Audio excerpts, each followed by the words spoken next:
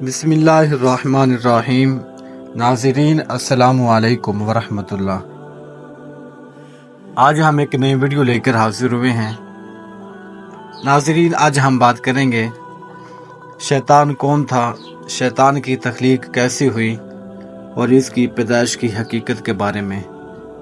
اللہ تعالیٰ نے انسانوں کو پیدا کرنے سے پہلے کون کون سی مخلوق کو پیدا فرمایا، اس زمین پر انسانوں سے پہلے کون سی مخلوق موجود تھی، اور انسانوں کے ازلی دشمن شیطان کو کیسے پیدا کیا گیا، اور اس کے ماں اور باپ کون تھے۔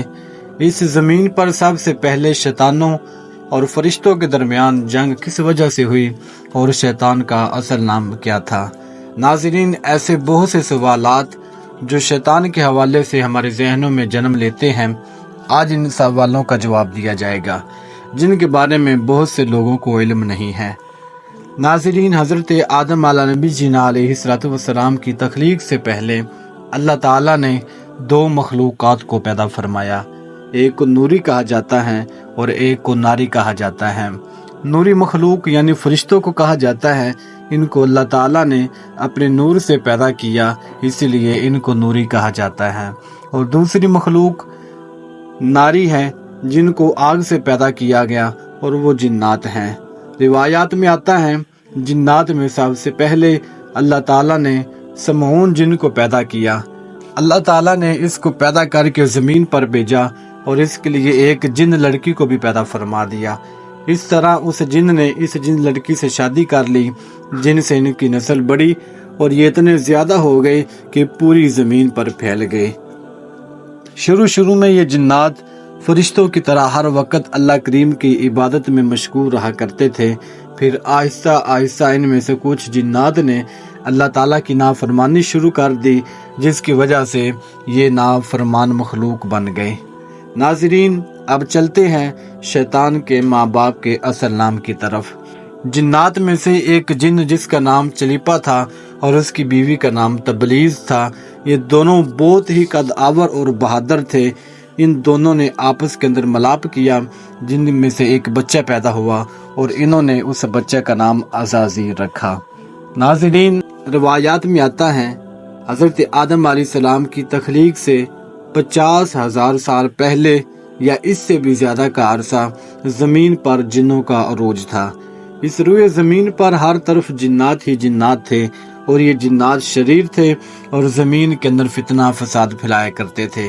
اسی طرح جب یہ جنات نے اس زمین پر فتنہ فساد اور تباہی مچانا شروع کر دی، تو اس وقت اللہ تعالیٰ نے فرشتوں کو حکم دیا کہ وہ زمین پر جائیں اور جنوں سے جنگ کریں۔ تو فرشتے اللہ تعالیٰ کے حکم سے زمین پر اترے۔ فرشتوں نے جنات کو حکم دیا کہ امن و امان سے زندگی بسر کرو، اللہ تعالیٰ کی عبادت کرو۔ تو جنات نے فرشتوں کی بات ماننے سے انکار کر دیا، جس کی وجہ سے جنات اور فرشتوں کے درمیان بہت بڑی جنگ ہوئی۔ اور ناظرین، اس جنگ کے اندر عزازیل کے والدین بھی شامل تھے، جنہوں نے اس جنگ کے اندر بھی شرکت کی۔ اور اس جنگ کے اندر اللہ تعالیٰ نے فرشتوں کو کامیابی عطا فرمائی، جن میں بہت سارے جنات مر گئے، اور باقی جو جنات بچے تھے فرشتوں نے ان کو قید کر کے آسمانوں پر لے گئے۔ اور ان جنات میں جن کو قید کیا گیا، ان کے اندر یہ عزازیل بچہ بھی موجود تھا۔ اللہ تعالیٰ کی طرف سے حکم ملا کہ عزازیل کی تربیت کی جائے۔ فرشتوں نے عزازیل کو عبادت کے بہترین طریقوں سے آگاہ کیا، اس کی تربیت کی، جس کی وجہ سے یہ اللہ تعالیٰ کا فرما بردار بندہ بن گیا، اور یہ اس قدر عبادت گزار قابل اعتماد بن گیا کہ اللہ تعالیٰ نے عزازیل کو فرشتوں پر استاد مقرر کر دیا۔ جی ہاں ناظرین، فرشتے اس کے پاس آتے اور علم حاصل کیا کرتے تھے۔ کیا آپ جانتے ہیں کہ یہ عزازیل کون تھا؟ تو اس کا جواب یہ ہے کہ یہ شیطان کا اصل نام تھا عزازیل، اور جس کو قرآن کریم کے اندر ابلیس کے نام سے پکارا گیا ہے، عرف عام کے اندر شیطان کہا جاتا ہے، اس کا اصل نام عزازیل تھا۔ حضرت کعب بن احبار رضی اللہ تعالیٰ عنہ بیان کرتے ہیں کہ عزازیل 40 سال تک جنت کا خزانچی رہا اور 80 سال تک وہ فرشتوں کے ساتھ رہا اور 20,000 سال تک وہ فرشتوں کو تعلیم و تربیت دیتا رہا۔